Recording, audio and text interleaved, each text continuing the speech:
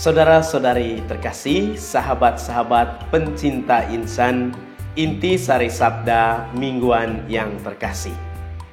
Hadir lagi saat ini bersama saya, Pater Valens Agino CMF, akan membawakan secuil inti sari sabda di hari Minggu ini.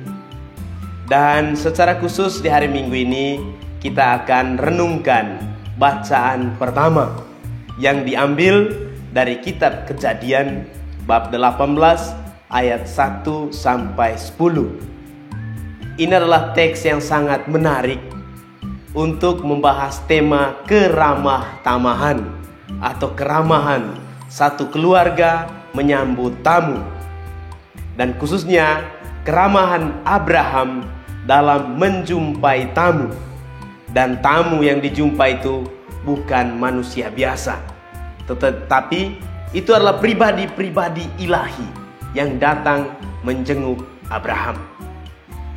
Ada teks-teks perjanjian lama yang sangat khas menampilkan keramahan satu keluarga dalam menyambut tamu-tamu ilahi.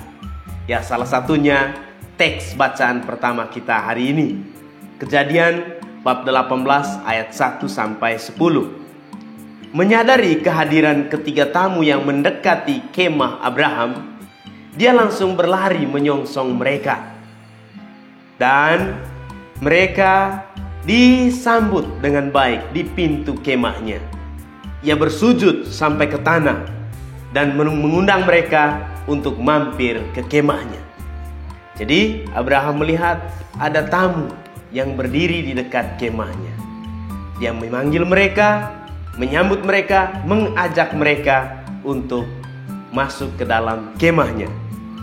Setelah mereka tiba, ia membasuh kaki mereka, memberi mereka tumpangan, dan menyuguhkan kepada mereka makan minum, sehingga mereka segar kembali untuk meneruskan perjalanan mereka.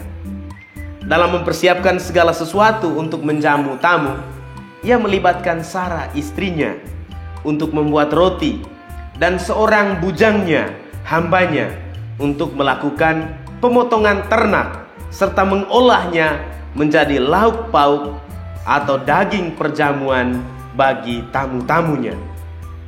Dia merelakan harta miliknya, tepung dan seekor lembu terbaik, melibatkan istri dan hambanya, serta meluangkan waktu dan tenaganya untuk menyambut 3 tamu agung yang mampir ke kemahnya, yang mampir ke rumahnya. Seluruh diri dan seluruh miliknya direlakan dengan penuh sukacita demi menjamu tamu-tamu yang mampir ke rumah.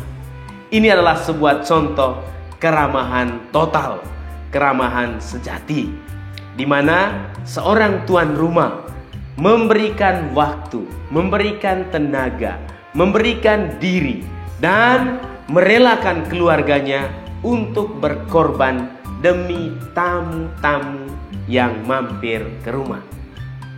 Selain kegembiraan dalam melayani dan menjamu tamu, pada akhirnya sebelum mereka melanjutkan perjalanan, kepada Abraham dijanjikan sebuah kabar sukacita yang melebihi semua yang telah ia relakan bagi tamu-tamunya.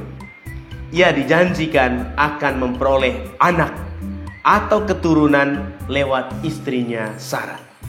Sebuah perjanjian yang kelihatannya mustahil, tetapi kemudian menjadi harapan akhir yang sangat menarik. Sesungguhnya aku akan kembali tahun depan mendapatkan engkau. Pada waktu itulah Sarah istrimu akan mempunyai seorang anak laki-laki.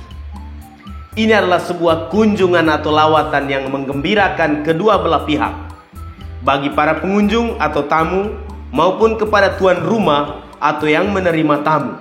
Dua-duanya mendapat sukacita perjumpaan yang mendalam. Sukacita terbesar justru dialami oleh Abraham dan keluarganya sebagai tuan rumah, karena berkat yang diterima lebih besar dari pengorbanan tenaga, waktu, materi yang telah ia relakan untuk menjamu tamu-tamunya. Nah, saudara-saudari yang terkasih, sangat menarik bagaimana tamu-tamu Abraham memang tampaknya seperti tamu biasa. Namun, seperti tertera dalam kalimat pembuka perikop itu, tamu-tamu itu adalah penampakan diri Tuhan sendiri yang mengunjungi Abraham, umatnya. Tamu-tamu itu hadir sebagai Tuhan yang datang mengunjungi dan melawati umatnya.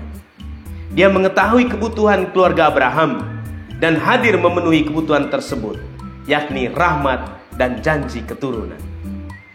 Saudara-saudari, para pencinta insan yang terkasih, soal keramah tamahan itu adalah salah satu inti terdalam atau kekasan dari kita orang-orang timur, orang Indonesia, orang Asia. Keramah tamahan. Ada wilayah tertentu yang melihat tamu adalah Tuhan atau dewa. Ada yang mengatakan bahwa tamu adalah raja yang perlu disambut dengan baik. Nah, ternyata semua kearifan lokal ini tidak hanya kearifan lokal dari budaya kita. Ternyata sejak awal dalam kitab suci, ini adalah salah satu nilai yang sangat dalam untuk menyambut rahmat Tuhan. Ternyata lewat tamu-tamu kita akan memperoleh rahmat yang kita butuhkan dalam kehidupan kita.